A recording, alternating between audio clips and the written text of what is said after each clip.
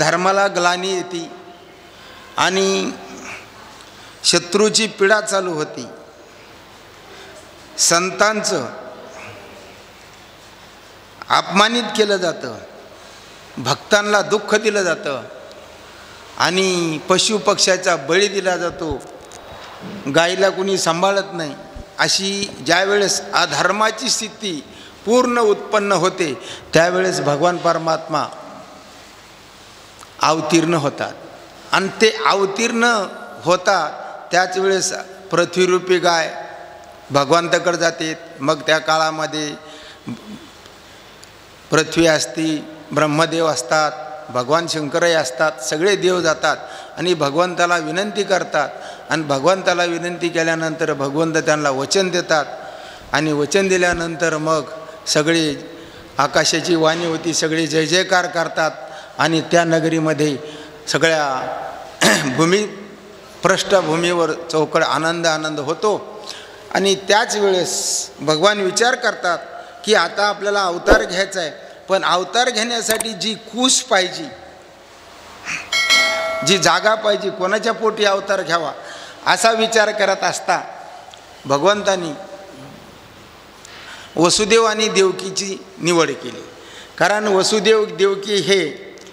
वसुदेव हे द्रोण आहेत. आठ वसू आहेत ना, अष्टवसूपैकी जो पहिला जो वसू आहे त्यांचं नाव आहे द्रोण. आणि त्या द्रोणाच्या कुशीमध्ये जन्म घ्यावा असं त्यांचा निश्चय झाला, देवकी माता आणि त्यांच्या. आणि त्याच वेळेस हे अगोदरच्या जन्मामध्ये त्यांनी हा एक मनवंतर तप केलं. किती? एक मनवंतर.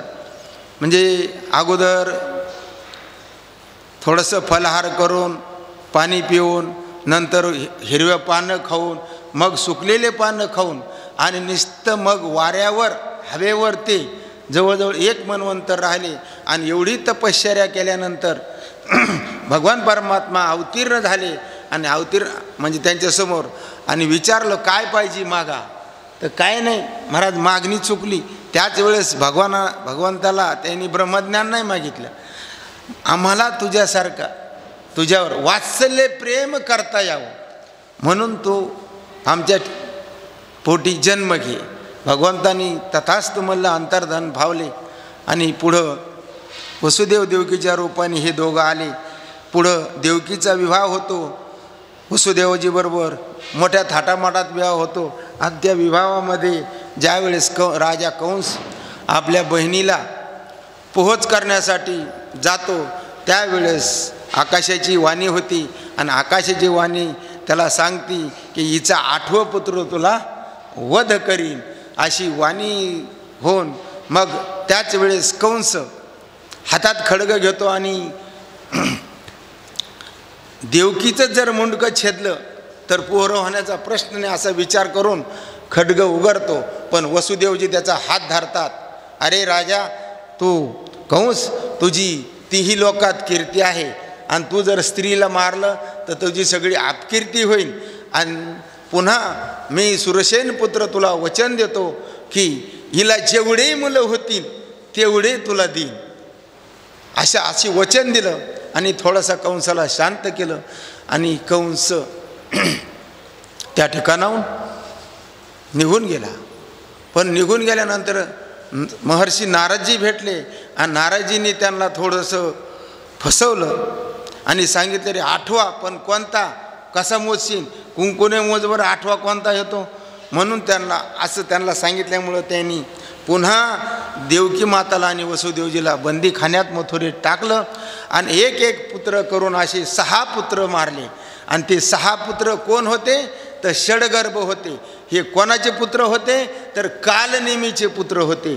आणि तो कालनेमी अगोदर त्याला षडगर्भ नावाचे जे मुलं झाले आणि तो राक्षस होता आणि तो भगवंताची भक्ती करू नका म्हणता. पण पोहरं ब्रह्मदेवाची उपासना करत होते, त्यांना तो मारायला लागला. पोहरं पाताळात पळून गेले आणि त्यांनी शाप दिला, मी तुमचा खून मारल्याशिवाय राहणार नाही असा शाप दिल्यामुळं ते पाताळात निघून गेले. पुढं कालनेमी गेला आणि कालनेमीच्या रूपानेच कंस अवतीर्ण झाला. आणि त्याच कंसाने पुन्हा यशोदे मातेचे 6 मुलं मारले. 7वा योगमायेने पळवला आणि 8वा भगवान श्रीकृष्ण परमात्मा जन्माला आला. अशी ही भगवंताची लीला. आणि त्या भगवंताने याचे यावत मानव जीवासाठी ही श्रीमद भागवत महापुराण कथा. अगोदर चतुर्श्लोकी भागवत हे ब्रह्मदेवाला सांगितलं आणि ब्रह्मदेवाला सांगितल्यानंतर पुढं त्याचा विस्तार व्यास महर्षींनी आपल्या मुखातून केला. आणि व्यास महर्षीजींनी ज्यावेळेस याचा विस्तार केला पण त्यांना 18 पुराण लिहिले, 6 शास्त्र लिहिले पण समाधान होईना. मग त्यावेळेस नारदजी त्यांचे गुरु होते. मग नारदजीला विचारला आता काय करावं, मला समाधान लाभत नाही. म्हणून त्यांना भगवंताचं चरित्र लिहिण्याचं सांगितलं. दशमस्कंदामध्ये चरित्र लिहिण्याचं सांगितलं. आणि ते जसं अभंगामध्ये नाही चरित्र तरी उच्चारावे केले देवे गोकुळे, या न्यायाप्रमाणे भगवंताचं चरित्र एक 10 मिनटं उच्चार करणं क्रम प्राप्त आहे. आता त्या ठिकाणी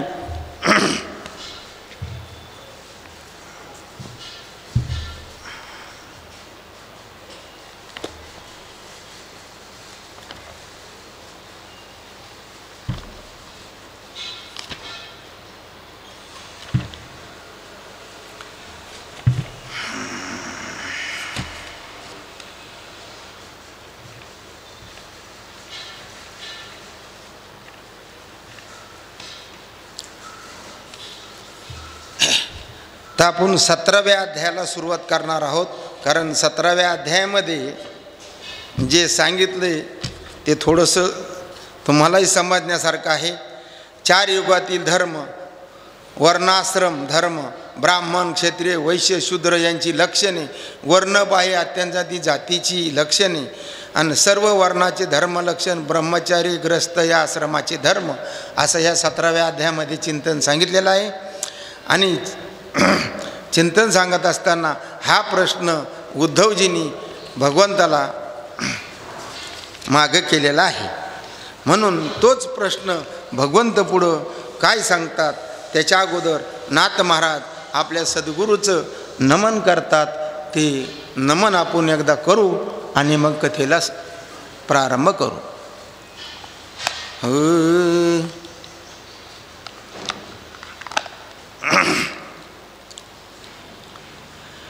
श्री गणेशाय नमः.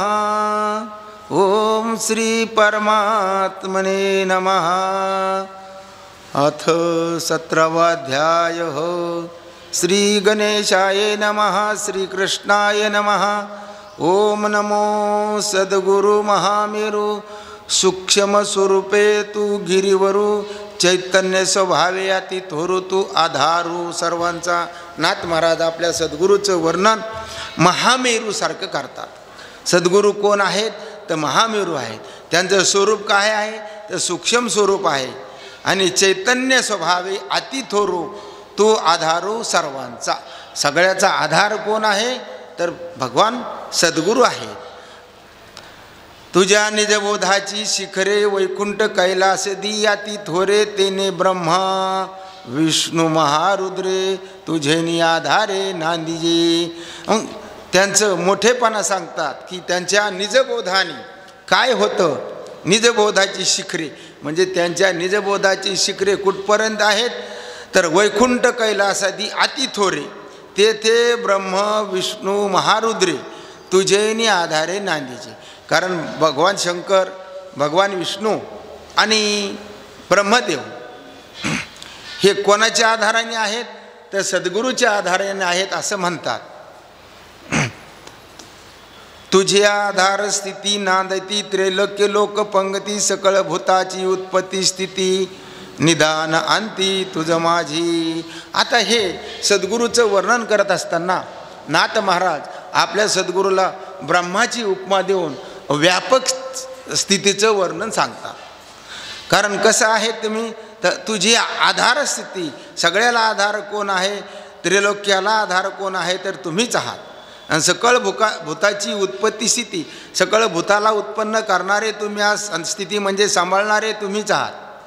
आणि अंती निधान तुझ माझी. आणि शेवटी आपला अंत जे होतो तो कुठं होतो? त्याच्यामध्येच होतो का दुसरीकडे होतो? तर त्याच्यामध्येच होतो. सुरासुर लहान थोर एक सौम्य एक क्रूर ये भूती धरोनी निर्विकार स्वरूप साचार पै तुझे. सुर असुर लहान थोर एक सौम्य एक क्रूर.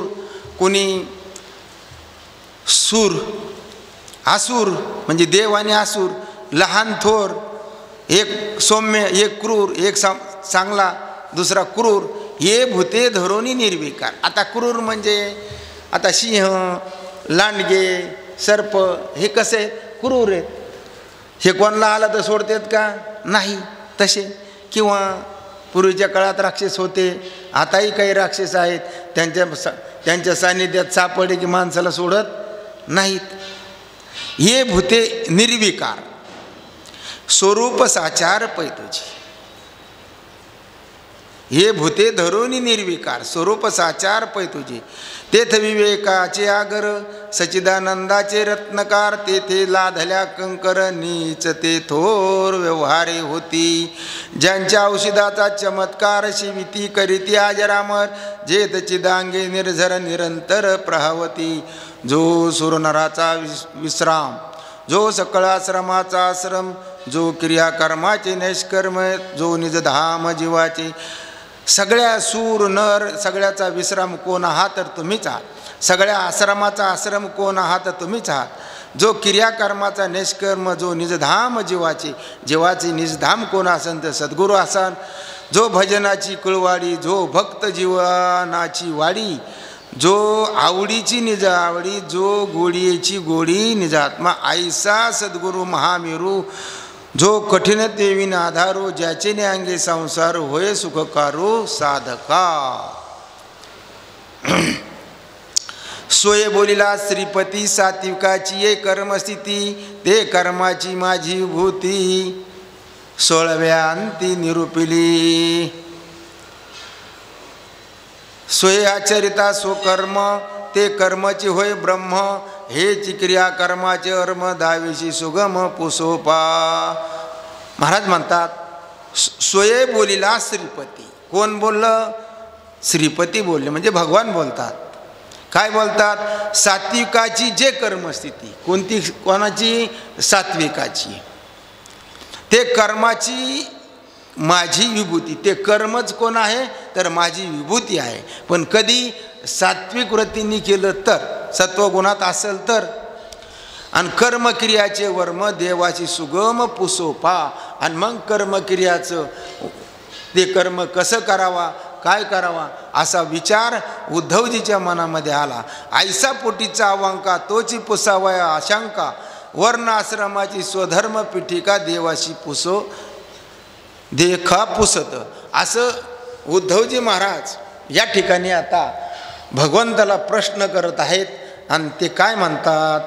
उद्धवाच यसत्वया भीत पूर्वं धर्मस्त्व त्वदभील भक्तिलक्षणं वर्णाश्रमाचार व्रतं सर्वेषां दीपदमापी. उद्धवजी म्हणतात हे देवा, धर्माचे मुख्य लक्षण म्हणजे ईश्वरचरणी अनन्यनिष्ठा हेच असून तो सर्व वर्णाच्या व सर्व आश्रमाच्या मनुष्य मात्राच सारखाच उपयुक्त आहे असे तू प्राचीन काळी सांगितले आहेस. आता त्याचं विश्लेषण नाथ महाराज काय म्हणतात? उद्धव म्हणेगा भक्तपती ऐकता तुझ्या निज विभूती आईशे मज आईशे गमलेची ती स्वधर्मेशी भक्ती घडे.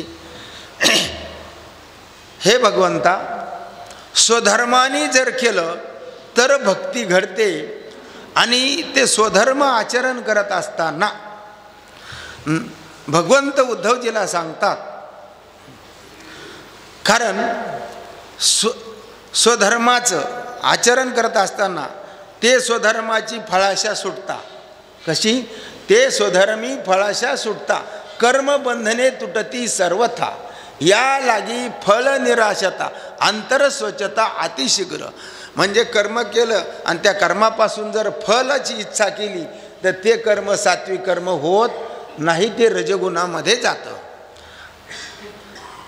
त्वा कल्पादी वाडे कोडे स्वधर्म कर्मे भक्ती जोडे हे वस्त्र वर्णाश्रम निज निवाडे निरूपण चोखडे निरूपिले त्वा कल्पादी म्हणजे इथून मागं किती कल्प झाले सांगता येईल का नाही, पण तू प्रत्येक कल्पामध्ये ह्या धर्माचं कौतुकाने फार विस्तारपूर्वक सगळ्याला सांगेल.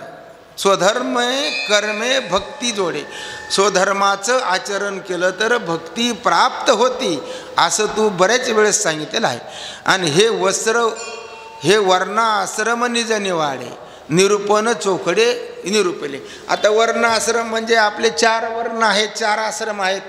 ब्राह्मण आहे, क्षत्रिय आहे, वैश्य आहे, शूद्र आहे, ब्रह्मचारी आहे, ग्रस्त आहे, वानप्रस्थ आणि संन्यासी 4 आश्रम आहेत.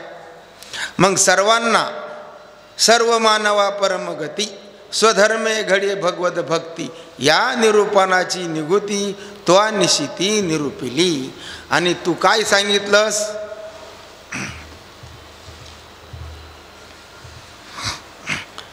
सर्व मानवा परमगती. जे मानव देहाला आले त्याला काय पाहिजे, परमगती पाहिजे. म्हणजे आपलं जन्म मरणाचं दुःख गेलं पाहिजे. परमार्थ कशासाठी करायचा, जन्म मरणाचं दुःख घालवण्यासाठी करायचा. आणि स्वधर्मे घडे भगवत भक्ती, स्वधर्माचं आचरण केलं तर भगवत भक्ती घडते. या निरूपणाची निगुदित्वा निशिती निरूपितो हे निरूपण केलं. पण ऐके कमलनाने अच्युता जो का स्वधर्म अनुष्ठिता तुझी निज भक्ती स्वभावता प्राण्याच्या हाता जेने लाभे. हे भगवंता काय कमल नाही ना अच्युता सर्व स्वधर्म अनुष्ठिता आपल्या स्वधर्माचं आचरण करत असताना तुझी निज भक्ती स्वभावता प्राण्याच्या हाता जेने लाभे. तुझी भक्ती काय म्हणतात, तुझी निज भक्ती स्वभावता प्राण्याच्या हाताला कधी प्राप्त होते, कशाने होते आणि कशी केल्यावर होते असा उद्धवजी प्रश्न करतात. ते कर्म कुशलतेची स्थिती मज लागी सांगावी सुनिश्चिती कमल नयना कमलापती कृपा मृती माधवा. आणि तुम्ही कसे आहात, तर कर्म कुशलतेची स्थिती.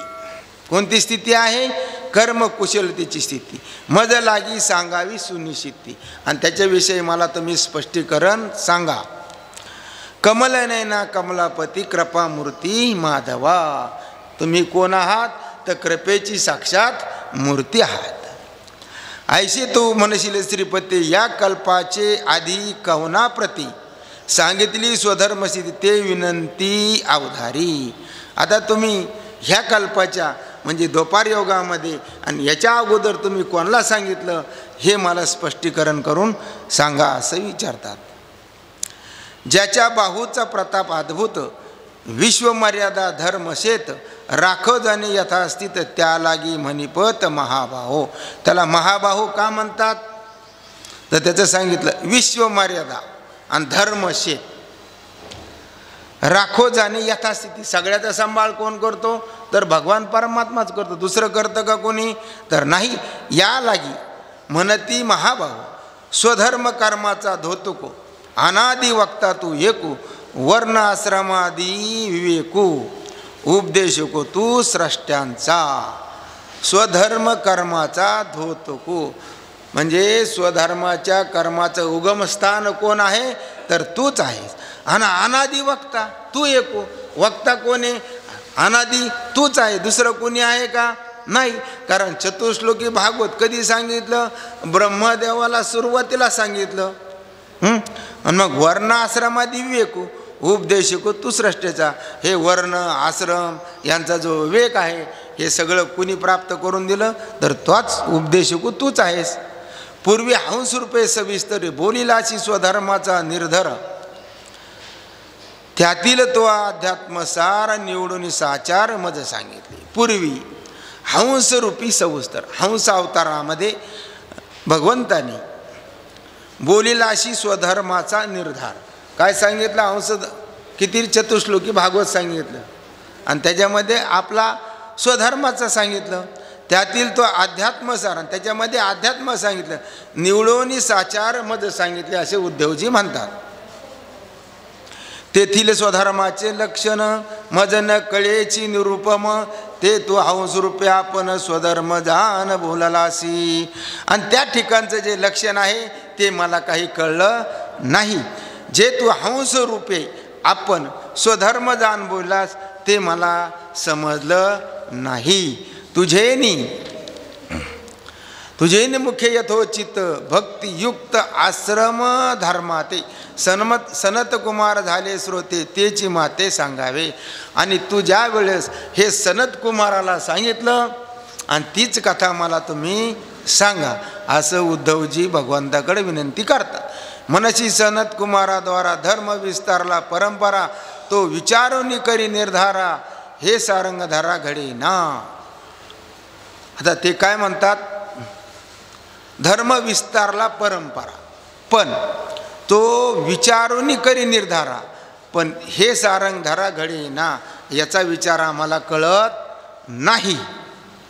काम क्रोध लोभ अभिमान हे भक्ताचे वैरी 6 जण, त्याचे तू करीशी निर्दळन आरी मर्दन या हेतू. कोण आपले सगळ्यात दुश्मन कोण आहेत, तर पहिला काम आहे, दुसरा क्रोध आहे, तिसरा लोभ आहे, आणि चौथा अभिमान आहे.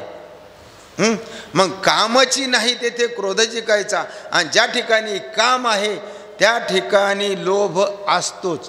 कामाची पूर्ती झाली की लोभ वाढतो, आणि कामाची अपूर्ती झाली की क्रोध येतो. म्हणून देव हे तिन्ही जव जागती, तवरी निकयाची प्राप्ती, माझे कान न ऐकती देवही म्हणे, असं भगवद्गीतेमध्ये म्हटलेलं आहे की हे 3 द्वार नरकाचे द्वार आहेत. कोणते? काम, क्रोध आणि लोभ, हे 3 द्वार ज्यांच्या जीवनामध्ये टिकून आहेत ती समजून घ्यायचं. हे कुठं जाणारी आहे? नरकाला. मग तो कुणी असो.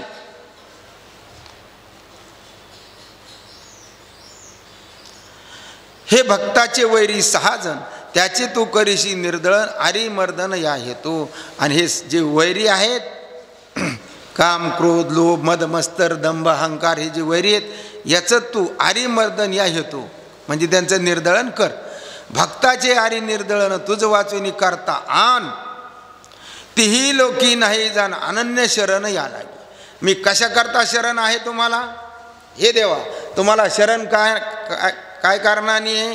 का ह्याचं निर्दळन, ह्या काम क्रोध लोभाचं तुझ्या वाचून ह्या 3 लोकांमध्ये दुसरा कोणीही नाही.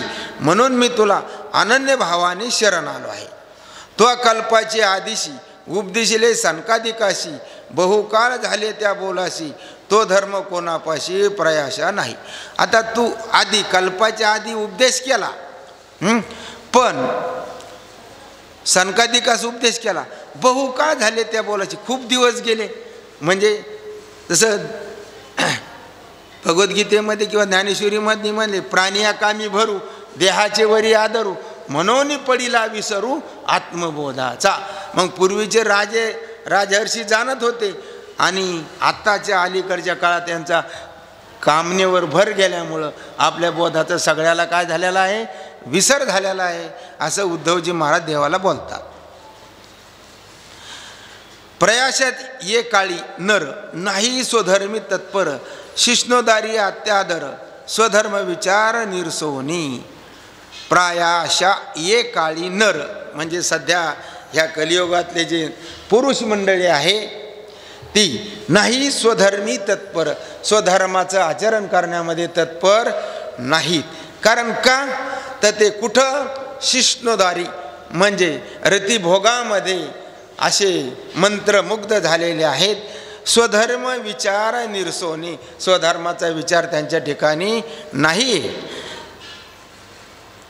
यथातथ्य धर्म प्रतिष्ठा करी आईसा नाही उपदेष्टा, या लागी जी वैकुंठा स्वधर्म निज निष्ठा मज सांग. काय म्हणतात? यथातथ्य, यथा तथ्य, खरं तथ्य सांग, खरं सूत्र सांग. काय? धर्म प्रतिष्ठा करी ऐसा नाही उपदेष्टा. आता दुसरा असा तुझ्यासारखा उपदेश करणारा कोणी आहे का, तर नाही म्हटले. या लागीची वैकुंठा स्वधर्म निजनिष्ठा मज सांग.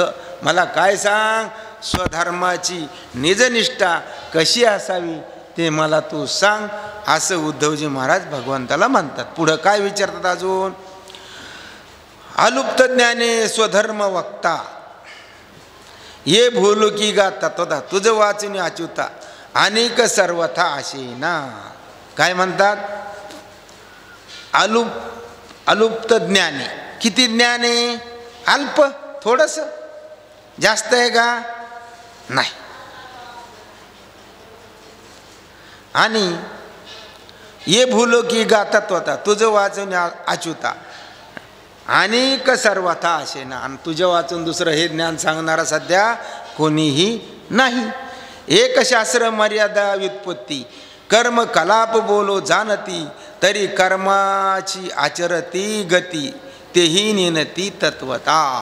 आता जे पंडित आहेत, शास्त्र मर्यादा व्युत्पत्ती म्हणजे कित्येक पंडित शास्त्रात विधी निषेध कोणते कोणते आहेत याचे व्याख्यान करतात. नित्य नैमित्तिक काम्य प्रायश्चितादी कर्मे कोणती व ती कोणी कशी आचरावीत हे सर्व केवळ व्याख्यान करण्याचे, पण स्वतः कर्माचे आचरण करण्याचा मार्ग तत्वता जाणत नाही. आणि ह्याच्यावरच अभंग लिहिला महाराजांनी. हो, बोले आन करी आन तेथे कैसे ब्रह्मज्ञान. हो, बोले तैसा चाले त्याची अंदावी पाऊल. मग बोले आन करी आन तिथे कसं ब्रह्मज्ञान होईल, आणि त्याचा उपदेश तरी होईल का, नाही होणार महाराज. या लागी गा भगवंता धर्माचा करता वक्ता धर्म विस्तारवणी रक्षिता अनेक सर्वथा आशेना. या लागी गा भगवंता धर्माचा करता वक्ता.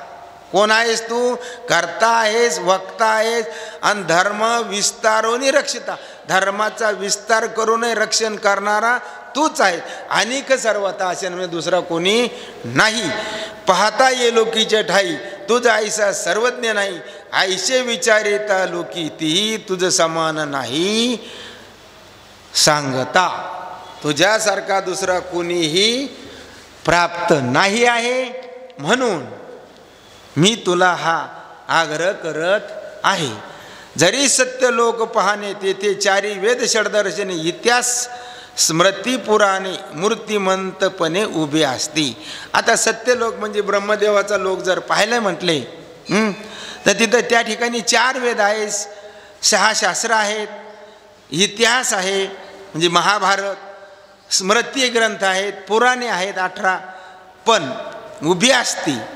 पण तेथे सनकादिकाचा प्रश्न ब्रह्मयाशी न सांगवे जाण तो हंस रूपे येऊन समाधान दिले. पण त्या ठिकाणी सनकादिकांनी केलेला प्रश्न ब्रह्मदेवाला सांगता आला नाही, म्हणून ब्रह्मदेवानी तुझी प्रार्थना केली आणि मग मात्र तू हंस रूपाने त्या ठिकाणी आला. मग ब्रह्मदेवाला तरी त्याचा बाप ओळखू आला का, त्या ठिकाणी नाही आला महाराज. ते ब्रह्मसभेच्या ठाई तुझा ऐसा वक्ता नाही तो तू भक्तानु अनुग्रहे पाही या लोकाच्या ठाई मूर्तिमंत. ते ब्रह्मसभेच्या ठाई तुझा ऐसा वक्ता नाही. तुझ्यासारखा वक्ता आहे का, तो तू भक्तानुग्रही पाही या लोकाच्या ठाई मूर्तिमंत ब्रह्म. तू काय आहेस, मूर्तिमंत ब्रह्म आहेस, आणि म्हणून तुझ्यासारखा उपदेश करणारा दुसरा कोणी नाही. तेने तो सर्व कर्म धर्म संस्था करोनी दाविली तत्वता तो तू निज धामा गेली आता स्वधर्म वक्ता मग कायचा. हे देवा, आता तुम्ही कुठं जाणार आहात, तर निजधामाला जाणार आहात. आणि उद्धवजी निजधामाला जाण्यासाठी देवाच्या मागं लागले, मला सोडू नको. आणि उद्धवजीला देवाला नेता येत नव्हतं आणि न्यायचं नव्हतं. अशा गोष्टींनी म्हणून हा 11वा स्कंद उद्धवजीसाठी भगवंतांनी ज्ञानस्कंद म्हणून याची ओळख आहे. याच्यात सगळा धर्म काय, अधर्म काय, पाप काय, पुण्य काय, सुख दुःख, कोणाचे धर्म, ह्याचं सगळं सविस्तर सांगितलेलं आहे. आता हे कोणी शक्यतो सांगत नाही, तर सांगतेत. 11व्या स्कंदावर कोणी बोलत नाही. आणि असा प्रश्न ऐकून शुकदेव मुनीजी महाराज आनंदाने डोलू लागले, हर्षे उल्हासित झाले. कारण प्रश्न असा केला होता की सगळ्या अज्ञानी जीवाला हा प्रश्न, हे उत्तर त्यांच्या योग्य आहे, त्यांना समज येईल आणि ते आपल्या जीवाचा उद्धार करून घेतील असं समजल्यामुळं त्यांना मोठा आनंद झाला. शुक म्हणे परीक्षितीची धन्य बुद्धी ते उद्धवासी, जेने पार्थोनी ऋषिकेशी झाला जगाशी उपकारे. आणि ही कथा शुकदेव मुनीजी महाराज राजा परीक्षितीला सांगतात. आता व्यास महर्षी काय म्हणतात? शुक म्हणेगा परीक्षिती. आपलं शुकदेव मुनीजी महाराज काय म्हणतात? शुक म्हणेगा परीक्षिती, सावधान होई चित्ती, धन्य उद्धवाची प्रश्नोक्ती, स्वधर्मे मुक्ती पुशिली. उद्धवाने काय विचारलं? स्वधर्माने मुक्ती कशी प्राप्त होईल अशी उद्धवाची बुद्धी आहे महाराज. जो भ्रत्या माझी पर्यंता, अत्यंत आवडे कृष्णनाथा, त्या वेगळे श्री अनंता, क्षणही सर्वथा कर्मेना. कोणामध्ये? भ्रत्या माझी पर्यंता, भक्तामध्ये जो पर्यंत आहे तो कोण आहे? उद्धवजी आहेत महाराज. आणि तो अत्यंत आवडे कृष्णाता. आता देवाला आवडलं पाहिजे. आपल्याला देव आवडला का आवडतो हा भाग वेगळा, पण देवाला आपण आवडलं पाहिजे तर मजा आहे. हा, पत्नीला पती आवडतो पण कधी? धिंगाणा घालीत आल्यावर. कारण पत्नीच्या मनासारखं वागणारा जर पती असन तर पत्नीला आवडतंय ते. तसं देवाला भक्त देवाच्या आज्ञेत वागणारा असन तर आवडतो. आणि जर तो देवाच्या आज्ञेत राहत नसेल तर तो भक्त नाही, तो अभक्त आहे. म्हणून त्यांना भक्ता माझे सगळ्यात श्रेष्ठता जे सांगितली त्याचं कारण ते आहे. ज्या पाशी गा निज गुज सदा सांगे गरुड ध्वज, ज्या वेगळे आप्त काज अधोक्षाज बोले ना. ज्या पाशी गा निज गुज म्हणजे उद्धवजीजवळ भगवान परमात्मा नित्य निज गुह्य सांगतात. असं कोण म्हणतं? शुकदेव मुनीजी राजा परीक्षितीला सांगतात. लक्ष द्या. ज्या वेगळे आप्त काज अधोक्षज बोलन, याच्यापेक्षा भगवान परमात्मा काहीही बोलत नाही. ज्याच्या वचनाशी विलंब क्षण न करीची रमा वल्लभो, जो ब्रह्मादिका दुर्लभो तो झाला सुलभ उद्धवा. म्हणजे ब्रह्मदेवाला सुद्धाही दुर्लभ असा असणारा भगवान परमात्मा, पण तो उद्धवाला सुलभ झाला. कशाने झाला हो? काय कारणाने झाला? काय म्हणतात? ज्यांच्या वचनाशी विलंब क्षण न करीची रमावल्लभ. उद्धवाने प्रश्न करूस तर उत्तर हजर. कारण बघा, सगळे रोज म्हणतात आपण हरीची दासा हरिदाही दिशा. दासाचा काय लॉंग फॉर्म होता, व्याख्या काय होती? दास कोणाला म्हणतात? अरे ज्याच्या ठिकाणी आस नाही राहिली तो दास हो, आणि ज्याच्या ठिकाणी आस आहे तो दास आहे का? मग आपल्या ठिकाणी आता आस आहे का नाही म्हणून दास नाही. दास नाही म्हणून देवकथेत येत नाही का? येतो. ते आहेत ना, ते कुठं येतं, पण लक्ष आमच्याकडं नाही ना. आस गेली पाहिजे मग तो वाट पाहतो. हां, पण कोणाची आस गेली जर असन तर देव मंडपात नाचवतो महाराज. पण आस गेली पाहिजे. आणि सगळं चाललं आशाचे बांधले, तुका म्हणे वाया गेले घन चोख माले लिओ. खायचे जे पैसोचे जे पैसो.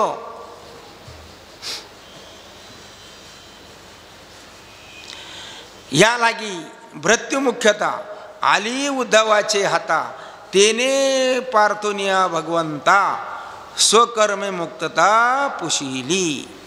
या कारणाने, कारण उद्धवजी महाराज भगवंताला अनन्य शरण होते, म्हणून भक्त मुख्यतः भक्तामध्ये मुख्यतः त्यांना का आली,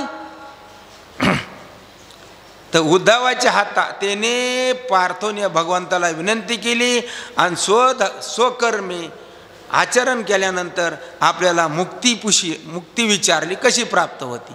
हो का ज्याचे प्रश्न धर्मे जग उद्धरिले, यथानुक्रमे ज्या लागी गा पुरुष होते मोक्ष स्वधर्मे प्रगटीजे. हो का ज्याचे प्रश्न धर्मे. आता उद्धवजींनी हा प्रश्न नसता केला तर आपल्याला रस्ता कळला असता का, आणि कुणी सांगितलं असतं. बरं, ते झालं. त्याच्यानंतर नाथ महाराजांनी हे भागवत मराठीत केलं. मराठीत केलं तर काशीच्या विद्वानांनी त्यांना समजलं की नाथ महाराज 11वा स्कंद प्राकृत भाषेत करत आहेत. त्यांना काशीला बोलून नेलं. म्हणले तुम्ही संस्कृतचं प्राकृत कसं करता, अधर्म कसा करता म्हणले, हे बरोबर नाही. मग ते पंडित म्हणले याचं तोंड पाहायचं नाही. कोणाचं? नाथ महाराजाचं. आणि मग ज्यावेळेस ती घाटावर मैफल बसली आणि नाथ महाराज म्हणले मी नाही व देवच करतोय. नाही म्हणले.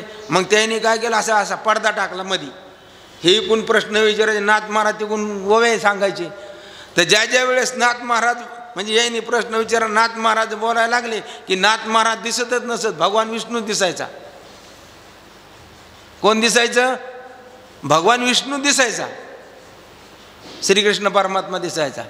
ब्राह्मण म्हणले काय वाडे काढा पडदा काढा पुरनाथ महाराज. म्हणजे एवढी शक्ती संतांनी खर्च केली. कशासाठी? नोटा छापायसाठी का मानासाठी, त्यांचा जय जयकार करण्यासाठी, कशासाठी चालला आपला महाराज? एवढे कष्ट घेऊन नाथ महाराजांनी महाराज हे आपल्याला आपल्या भाषेमध्ये आपल्याला समजन अशा दृष्टांतांनी समजून सांगितलं महाराज. स्वधर्म करिता स्वभावता निज मोक्ष लाभे आयता, एवढ्या उपकाराची कथा उद्धवे तत्वता पुशिली. स्वधर्मचं आचरण जर केलं तर आपल्याला काय प्राप्त होतो? मोक्ष प्राप्त होतो आयता. आणि असा प्रश्न उद्धवजींनी भगवान परमात्म्याला विचारला. ऐकोनी चातकाचे वचन गर्जनी वर्षे जेवी घन, का वत्स हुंकारे जाण ये हुंबरोनी धेनुवेशी. आणि असा प्रश्न विचारल्या नाथ महाराज कोणाचं उत्तर देतात? चातक पक्षाचं वचन. म्हणजे चातक जेव्हा म्हणतो ना परते व्हा, त्यावेळेस मी एक धावून येतो आणि त्याला पाणी देतो. किंवा गाय वासराचा हुंकार, वासराचं वरडणं ऐकलं की गाय जशी धावून जाती आणि त्याला दूध पाजती, तसं भगवंताने उद्धवजीचा प्रश्न विचारून भगवंत ते सांगण्यासारखा सरसावलेले आहे. ते ऐकून उद्धवाचे बोला श्रीकृष्णने ज बोधे, गर्जिन्नाला हाती स्वानंदे संतोषला, काय बोलिला गोविंदो. असं उद्धवाचा प्रश्न ऐकल्याबरोबर भगवान परमात्मा मोठी गर्जना केली आणि अति स्वानंदे तो संतोषला. आम्ही त्यांनाही असा प्रश्न योग्य असल्यामुळं मोठा आनंद झाला. आणि काय बोलिला गोविंद. आता भगवान काय बोलतात प्रश्न समजला का तुम्हाला? म्हणजे त्याचे पुढचे उत्तर आता सांगतो. जेविका पुत्र एकुलता, त्याशी काही वंचिना माता, तेवी उद्धव श्रीकृष्णनाथा, त्याचे वचन व्रथा हो निधी. कायचा दृष्टांत दिला महाराज? एकुलता एक मुलगा आहे. आई वडिलाला काय आहे? एकुलता एक मुलगा आहे. आणि एकुलता एक मुलंच जास्त झालेत आता. आणि त्यांचं वचन आईबाप मोडीत येत का आता? ते म्हणतं सायकल आणायची, बरं, घडी आणायची, बरं, मोबाईल आणायचा, बरं, नाही म्हणतात का? तसं उद्धवजी भगवंताचे एकुलते एक भक्त. कोण? उद्धवजी भगवंताचे एकुलती एक लाडके. तसं नाथ महाराजांनी तर दृष्टांत दिला.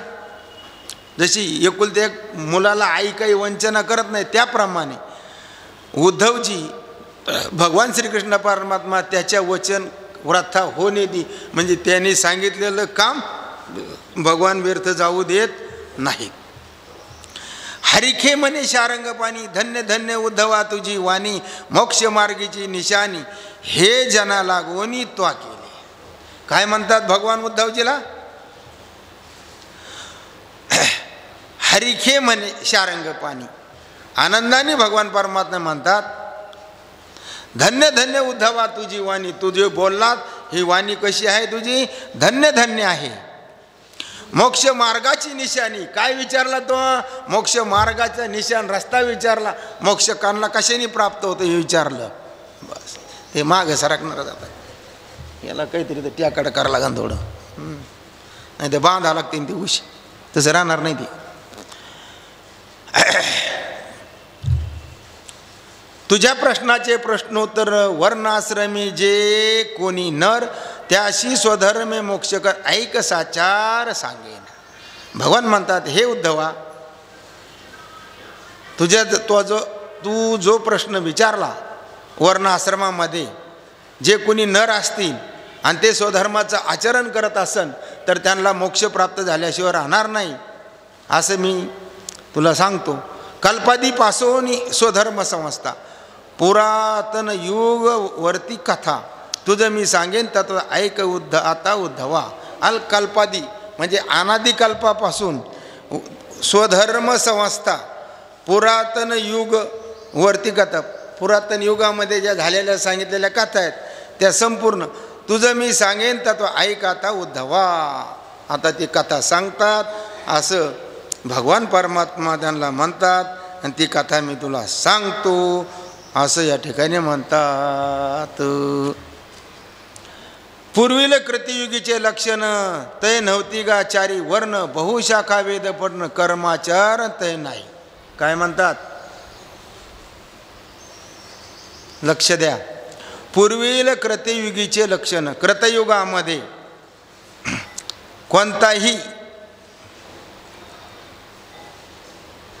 कोणत्याही प्राण्याचा वर्णाश्रम नव्हता. नव्हते गा चारी वर्ण, चार वर्ण त्या ठिकाणी नव्हते. बहुशाखा वेद पठन, सगळे कोण होते? मग ब्राह्मणच होते. आपली उत्पत्ती कोणाची? सगळी ब्राह्मणाचीच आहे.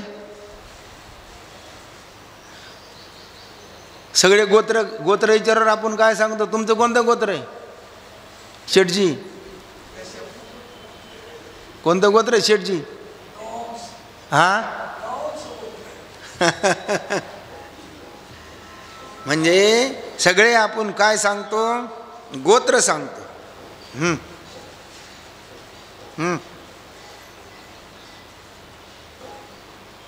थांबा 10 मिनिटून फोन लावू, चालू आहे कथा.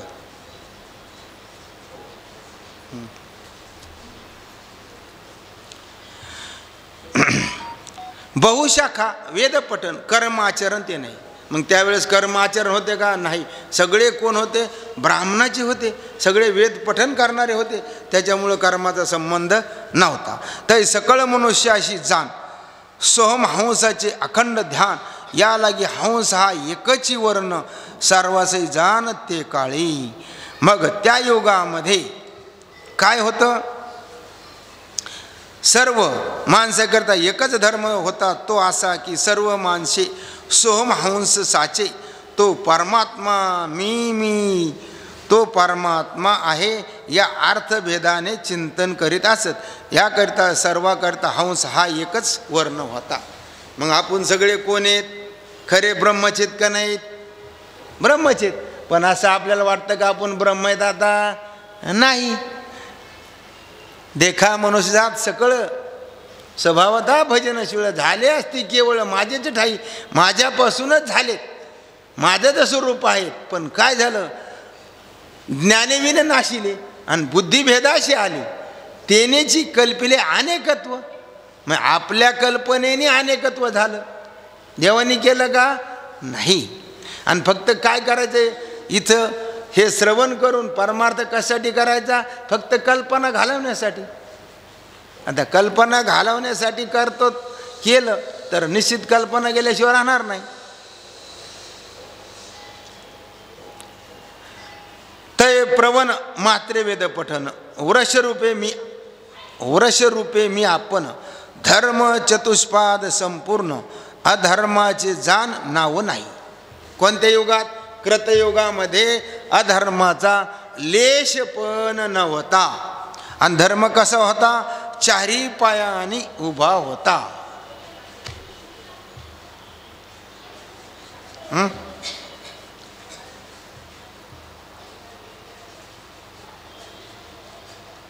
ते काळी श्रेष्ठ सत्वगुण. कोणता गुण होता? सत्वगुण होता, श्रेष्ठ सत्वगुण. या लागी सत्यवादी जन अवघे धर्मपरायण कपट दे तै जाण जन्मले नाही. मग त्या ठिकाणी कपट होतं का? तर अजिबात नाही. कशामुळं कपट कशामुळं नाही राहत शेठजी? तर सत्वगुण असेल तर कपट नाही, रजगुण असेल तर नक्कीच कपट असणार, आणि तमगुण असेल तर क्रोध असेल.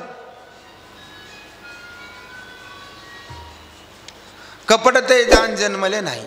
परद्रव्य आणि परदारा याचा अभिलाषाचा थारा स्पर्शला नाही जिवारा. ते काळेच्या नरा धर्मिष्ठा. त्या काळातले जे धार्मिक लोक होते त्यांच्या ठिकाणी परद्रव्य, दुसऱ्याचं द्रव्य, आणि परदारा काय म्हणतात तुकाराम महाराज? इतुले करी भलत्या परी परद्रव्य परनारी सांडवणी अभिलाषांतरी वर्ते व्यवहारी सुखरूप न करी दंभाचा सायात शांती राहे बहुवस. हेच सांगितलं त्याच्यात. पण संत महाराज आपल्यावर एवढी दया करतात, अनेक युक्तीने आपल्याला पटवण्याचा प्रयत्न करतात, पण त्या संताच्या वचनाला महाराज आपण बाजूला लोटतो. ही गोष्ट अतिशय दुर्दैवी आणि आपल्यासाठी हानिकारक आहे. चतुर्तर्णाची उत्पत्ती वैराज पुरुषापासून या रीती आता आश्रमाची स्थिती ऐक स्थिती सांगेन. विराटापासून 4 वर्णाची उत्पत्ती झाली. आता 4 आश्रमाचे निश्चित स्थान कोणते ते तुला सांगतो, ते ऐक.